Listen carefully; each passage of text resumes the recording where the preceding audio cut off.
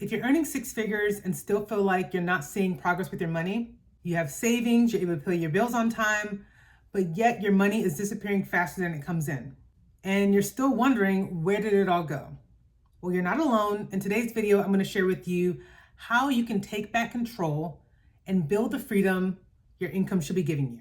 Hey, welcome back to my channel. If you're new here, my name is Tashika Ma'at. I'm a financial coach and the founder of Jama Wealth Financial, and I help you keep more cash in your pocket so you can position it to wealth and create a life of freedom and ease. So I want to start off with some of the top reasons of why women earning a high income are still not seeing financial progress with their money. And number one is all too common. No matter what your income level, as you start making more money, this is the number one culprit that I see that is keeping women stuck where they are, and that is lifestyle creep. As you are making more money, your expenses are increasing at the same rate that your income is. So if you think about it, if your monthly income is $5,000 and you're spending $4,998, then you are essentially spending all of your income. The way for you to be able to see progress is you want to create a gap between your income and your expenses.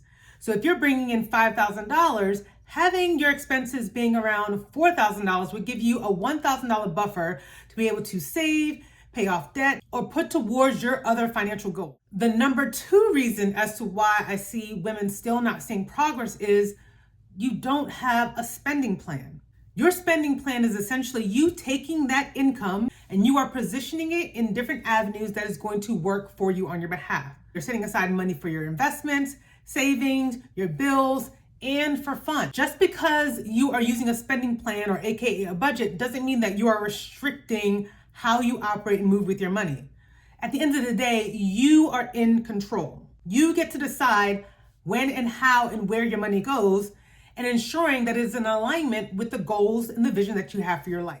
And the number three reason that I see a lot of high earning women struggle with is you have high expenses. As your income increases, one of the things you want to be careful with is managing what type of expenses you are adding on into your budget and being aware of how it is impacting your overall income. So these may be things like increasing, just like we talked about with the lifestyle expenses. If you are buying a new car and now you have a car payment that is $600, $700, $800, that is going to take a huge chunk from your spending plan. Same goes for if you decide to then now upgrade to a bigger house. That is ultimately going to affect your spending plan. So one of the things that I want you to understand is as you increase your income, you want to be mindful that you're keeping a gap between your income and expenses, because that gap is what's going to allow you to be able to position your money to invest and create more freedom for you. There are signs that will come up for you to be able to see whether or not you are spending either in proportion or way beyond your income. And one of those things is you have a negative cash flow. So if you take a look at your income and your expenses and get an understanding of whether or not you have a gap. If you find that you have a negative number when you're subtracting your expenses from your income, that tells me that you have a negative cash flow, meaning that you are spending way more than you are bringing in. If you find that you are able to still save and pay your bills, but after that you find yourself running out of money, that is also another trigger point of you not having cash flow control. I want you to avoid the illusion of feeling like just because you have a steady paycheck and that money is coming in, you're able to pay your bills and you have savings, you think that you should be in a better place. But if you're also using credit cards, that is a trigger that may be bleeding you dry without you even being aware. In your mind, you're thinking, well, I'm paying off my credit card balance in full every month. I don't owe anything. I'm doing well. I'm managing my credit well. But what you don't realize is that you're ultimately overspending. Your ability to pay off your credit card is great, but if you're not looking at your overall income and expenses, you may be digging yourself deeper and deeper into a hole from month to month. So it's very important for you to have an understanding of how much you're actually bringing in, what's coming out, and make sure that you are also including those expenses that you're using your credit cards to pay for. Because that right there is the hidden thing that could be draining your income. And here's the thing, we were not taught about how to manage money to create our freedom growing up. So I want you to understand, you are not bad with money.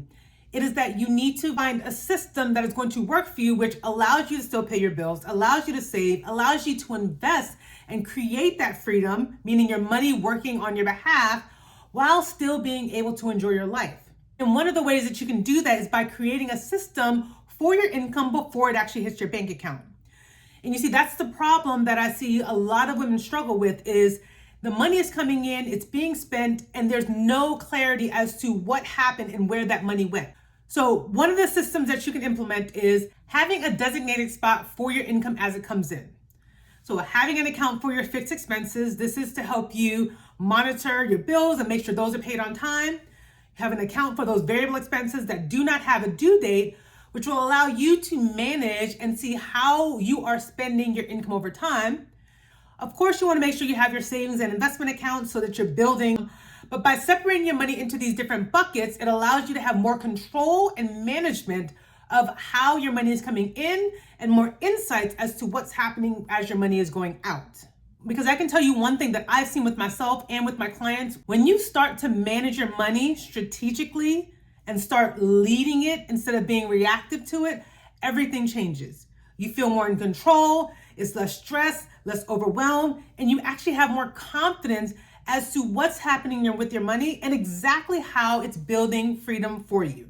So I want you to let me know in the comment, what is one thing that you feel is getting in the way of you managing your money and keeping you from progressing forward? If you're tired of feeling like your money is managing you and you're ready to see progress and create that freedom, I invite you to apply to my new coaching program, the Executive Cash Flow Mastery, where I help you manage your cash flow, create a system that is in alignment with your life so that you can finally see progress and actually start being the CEO of your money. So if this video resonated with you, I want you to hit that like, subscribe, and notification bell. And if you want to see more content from me, you can also follow me on LinkedIn, Instagram, and Threads. And until my next video, here's to your financial freedom.